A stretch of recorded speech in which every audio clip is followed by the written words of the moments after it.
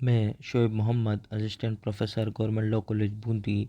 आज हम बात करेंगे मुस्लिम लॉ के एक टॉपिक गिफ्ट, जिसको हिबा कहा जाता है, उसके बारे में। यानी आज हम बात करेंगे दान या हिबा की परिभाषा के बारे में। यानी हिबा जो है, जिसे दान भी कहा जाता है, उसकी परिभाषा क्या है या किस प्रकार से दान को मुस्लिम विधि के अंतर्गत परिभाषित किया गया है।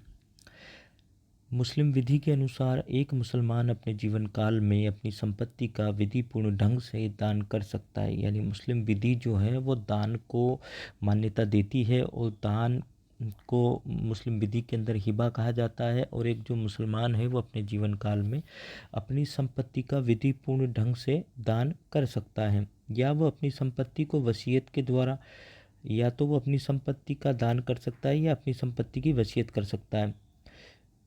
जो वसीयत होती है वो उसकी मृत्यु के बाद प्रभावी होगी।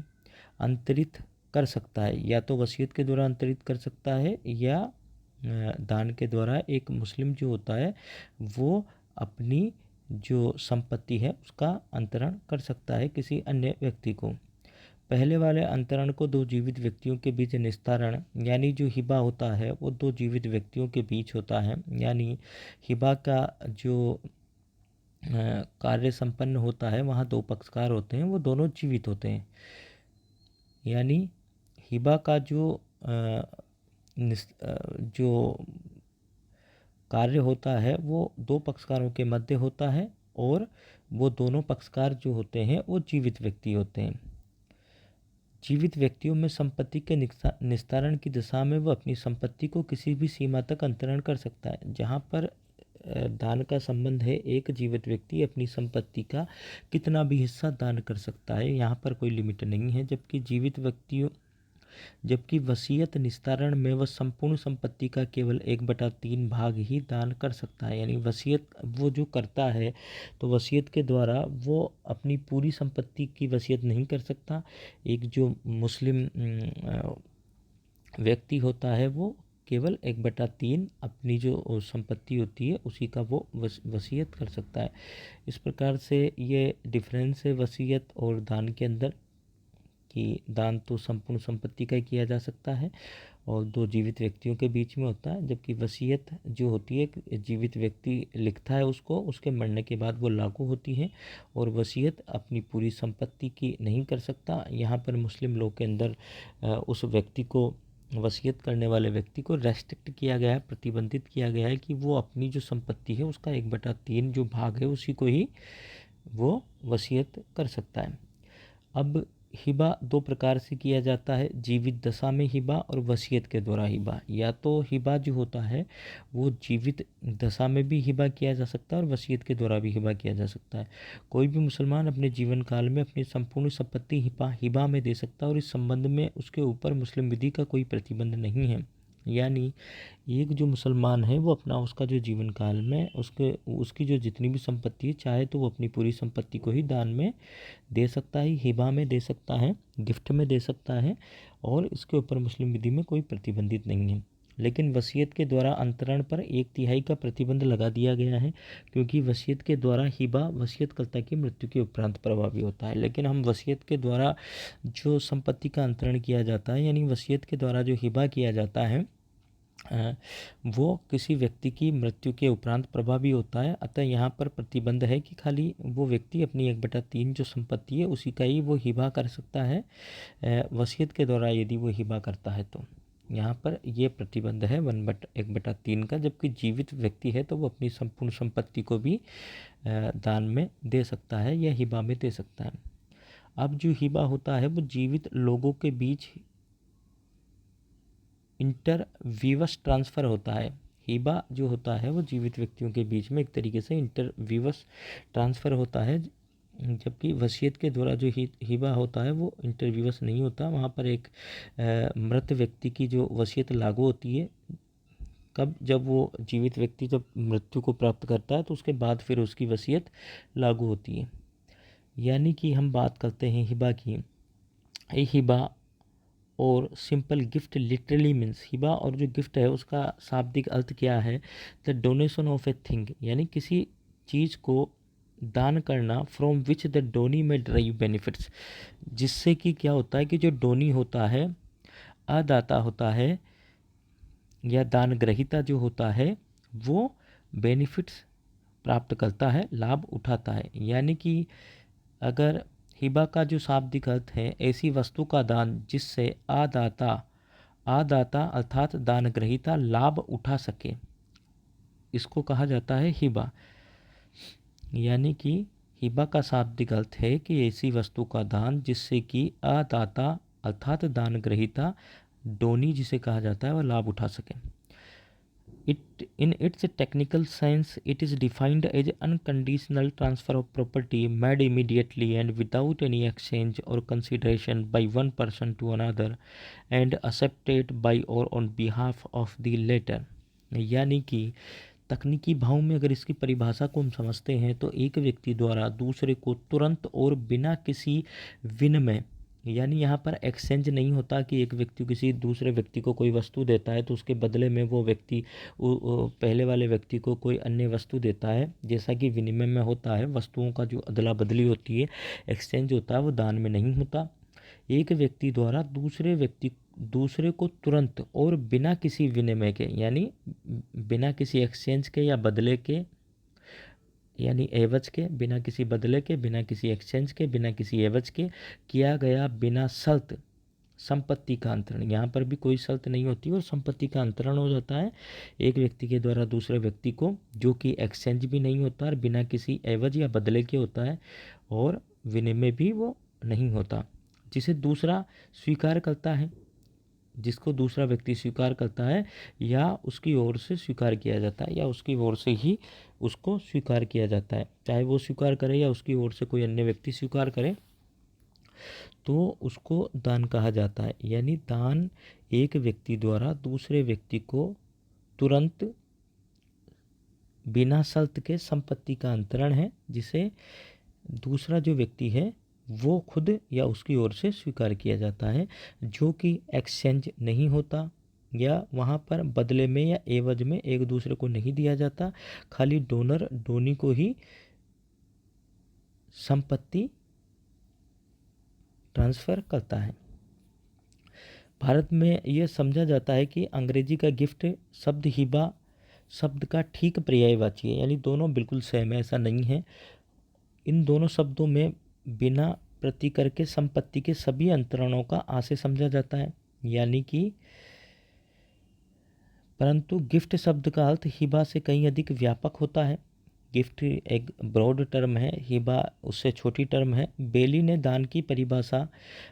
भी दान की परिभाषा दी है। उसके अनुसार बिना किसी विनिमय के किसी विशिष्ट वस्तु में संपत्ति के अधिकार को दान के रूप में की है। यानी बिना किसी विनिमय के बेली ने कहा कि जो गिफ्ट होता है, दान होता है, जो हिबा होता है, उसमें किसी प्रकार का विनिमय नहीं होता और यहाँ पर किसी विशिष्ट वस्तु का जो संपत्ति का अधिकार है वो दान के रूप में की है। यानी यहाँ पर दान के रूप में संपत्ति के अधिकार को ट्रांसफ़र किया जाता है। अब हम बात करते हैं मुल्ला की। तो मुल्ला के अनुसार दान संपत्ति का एक ऐसा अंतरण है जिसमें एक व्यक्ति के द्वारा दूसरे व्यक्ति को बिना किसी विनिमय के, यानी दान संपत्ति का एक ऐसा अंतरण है जिसमें एक व्यक्ति के द्वारा दूसरे व्यक्ति को बिना किसी विनिमय के, यानी विनिमय नहीं होता, एक्सचेंज नहीं होता। यहाँ पर एक व्यक्ति दूसरे व्यक्ति को कोई संपत्ति दे और उसके बदले में दूसरा व्यक्ति पहले व्यक्ति को कोई संपत्ति दे, उसे विनिमय कहते हैं। लेकिन यहाँ पर दान में विनिमय नहीं होता। इसीलिए मुल्ला ने कहा है कि दान संपत्ति का ऐसा अंतरण है जिसमें एक व्यक्ति द्वारा दूसरे व्यक्ति को बिना किसी विनिमय के संपत्ति का कब्जा तुरंत दिया जाता है और इसे अंतरीति यानी या उसकी ओर से किसी अन्य व्यक्ति द्वारा स्वीकार किया जाता है। अंतरीति को आदाता भी कहा जाता है, दान ग्रहीता भी कहा जाता है, डोनी भी कहा जाता है। यानी अंतरीति के द्वारा उसको ग्रहण किया जाता है या उसकी ओर से कोई ऐसा व्यक्ति जो कि ऑथोराइज हो वो स्वीकार करता है ऐसे ट्रांसफ़र को। वीपी कथेसा उम्मा बनाम नारायण नाथ कुम्हासा के मामले में माननीय न्यायाधीश निर्णय देते हुए माननीय न्यायाधीश हिदायतुल्लाह ने हिबा को परिभाषित करते हुए ये यह मत व्यक्त किया है कि हिबा किसी विशिष्ट वस्तु पर बिना एवज के अधिकार प्रदान करने को कहा जाता है। यानी हिबा जो होता है किसी विशिष्ट वस्तु पर बिना एवज में, यानी एवज में दूसरा व्यक्ति कुछ नहीं प्राप्त करता, पहला व्यक्ति है वो कुछ प्राप्त नहीं करता, और पहला व्यक्ति बिना किसी एवज के अन्य व्यक्ति को किसी विशिष्ट वस्तु पर अधिकार प्रदान करता है। यानी पहला व्यक्ति दूसरे व्यक्ति को बिना किसी एवज के किसी वस्तु पर अधिकार प्रदान जो करता है उसी को हिबा कहा जाता है। ऐसा कहा गया था वीपी कथेसा उम्मा बनाम नारायणनाथ कुम्हासा के मामले में। यानी कि हिबा किसी विशिष्ट वस्तु पर बिना एवज के अधिकार प्रदान करने को कहा जाता है। हिबा शब्द का शाब्दिक अर्थ होता है किसी वस्तु का दान जिससे दान ग्रहीता को लाभ हो। यानी हिबा का मतलब होता है किसी वस्तु का जो होता है दान जिससे कि दान ग्रहीता जो हो उसको लाभ हो। इस प्रकार अंतरण तुरंत एवं पूर्ण होता है। इस प्रकार का जो अंतरण होता है दान का वो तुरंत होता है और पूर्ण होता है। यानी कि उपयुक्त परिभाषाओं का अगर हम विश्लेषण करने से हिबा में हम निम्नलिखित विशेषताएं पाते हैं, या हिबा की निम्नलिखित विशेषताएं स्पष्ट होती हैं। कौन कौन सी विशेषताएं होती हैं हिबा के अंतर्गत? हिबा ऐसा कार्य है जिसके द्वारा एक व्यक्ति दूसरे व्यक्ति को संपत्ति में, यानी एक व्यक्ति जो होता है वो दूसरे व्यक्ति को संपत्ति में स्वामित्व के अपने अधिकारों को प्रदान करता है। यानी एक व्यक्ति के द्वारा दूसरे व्यक्ति को जो उसके स्वामित्व के अधिकार होते हैं वो दूसरे व्यक्ति को प्रदान करता है। हिबा जीवित व्यक्ति द्वारा किसी दूसरे जीवित व्यक्ति के पक्ष में किया गया संपत्ति का अंतरण है। यानी कि वसीयत के अंतर तो क्या होता है कि एक जो व्यक्ति होता है वो अपने जीवन काल में एक वसीयत लिखता है जो कि अपनी पूरी संपत्ति का 1/3 भाग तक ही वसीयत कर सकता है, और वो जब लागू होती है जब उसकी डेथ हो जाती है तो वहाँ पर वो दो जीवित व्यक्तियों के बीच नहीं होता। लेकिन हिबा के अंदर क्या होता है, हिबा दो जीवित व्यक्तियों के बीच में होता है।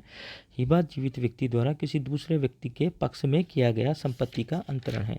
एक व्यक्ति जीवित व्यक्ति के द्वारा दूसरे जीवित व्यक्ति के पक्ष में किया गया संपत्ति का अंतरण हिबा कहलाता है। यह संपत्ति का बिना शर्त अंतरण होता है। हिबा के अंदर किसी प्रकार की कोई कंडीशन नहीं होती, बिना शर्त होता है यह अंतरण, बिना किसी शर्त के। हिबा में संपत्ति अंतरणकर्ता द्वारा अंतरिति को तुरंत अंतरित होती है। यानी जब हिबा होता है तो जो अंतरणकर्ता होता है उसके द्वारा जो डोनर होता है उस डोनर के द्वारा डोनी, जिसको अंतरिति आदाता या उसका जो अन्य नाम है दान ग्रहीता भी कहा जाता है, उसको संपत्ति जो होती है वो तुरंत अंतरित होती है। वसीयतकर्ता की मृत्यु के पश्चात प्रभावी होती है। जबकि वसीयत के मामले में वसीयत जो होती है वो वसीयतकर्ता की मृत्यु के पश्चात प्रभावी होती है, तभी उसको लागू करवाया जा सकता है। और हिबा में संपत्ति अंतरणकर्ता द्वारा अंतरिति को तुरंत अंतरित हो जाती है। और यानी कि हिबा जो होता है वो तुरंत प्रभावी होता है। अतः हिबा की नई संपत्ति को हिबा के समय अस्तित्व में होना आवश्यक है। अतः ये कहा जाता है कि जो हिबा किया जाता है उस समय वो जो संपत्ति है, जिस संपत्ति का हिबा किया जा रहा है उसका अस्तित्व में होना अति आवश्यक है, क्योंकि हिबा जो होता है वो हिबा के अंदर संपत्ति का अंतरण तुरंत उसी समय हो जाता है जिस समय हिबा किया जाता है। तो इसलिए हिबा की जो संपत्ति होती है उसका हिबा करते समय उस संपत्ति का अस्तित्व में होना आवश्यक है। हिबा बिना किसी प्रतिफल के संपत्ति का अंतरण है। यानी हिबा जो किया जाता है वहाँ पर प्रतिफल बिना किसी कंसिडरेशन के, यानी ए अपनी संपत्ति का हिबा बी को करता है तो वो बी से किसी भी प्रकार का कोई प्रतिफल या किसी भी प्रकार की एवज में नहीं करता है। वो बिना प्रतिफल के, बिना कंसिडरेशन के अपनी संपत्ति को बिना किसी एवज के वो सामने वाली पार्टी को, दूसरे पक्षकार को अपनी संपत्ति के जो अधिकार होता है वो हस्तांतरित कर देता है। यानी हिबा के अंतर्गत प्रतिफल नहीं होता, कंसिडरेशन नहीं होता। अगला जो हिबा की जो विशेषता है वो है हिबा अर्थात किसी मुसलमान के द्वारा दिया गया उपहार मुस्लिम विधि के नियमों से शासित होता है। यानी हिबा जो है, हिबा के अंतर्गत मुस्लिम लोग के जो नियम होते हैं वो लागू होते हैं। हिबा संपत्ति अंतरण अधिनियम का जो अध्याय 7 है उससे विनियमित नहीं होता, या जो संपत्ति अंतरण अधिनियम की जो धारा 129 है उससे वो यहाँ पर लागू नहीं होती हिबा के संबंध में। हिबा जो है, हिबा के संबंध में या हिबा किसी मुसलमान के द्वारा दिया गया उपहार मुस्लिम विधि के नियमों से ही शासित होता है। यहाँ पर संपत्ति अंतरण अधिनियम की जो अध्याय 7 है या धारा 129 है वो हिबा के संबंध में लागू नहीं होती। इस प्रकार से आज हमने इस वीडियो में चर्चा की हिबा की परिभाषा के बारे में। हिबा क्या होती है, हिबा की परिभाषा क्या है, हिबा किसे कहते हैं, और हिबा की जो परिभाषा है उसका विश्लेषण हमने किया। और उसके आधार पर हमने इस वीडियो में हिबा की जो विशेषताएं होती हैं, क्या क्या विशेषताएं होती हैं हिबा के अंतर्गत, उनके बारे में हमने चर्चा की। धन्यवाद। Thank you.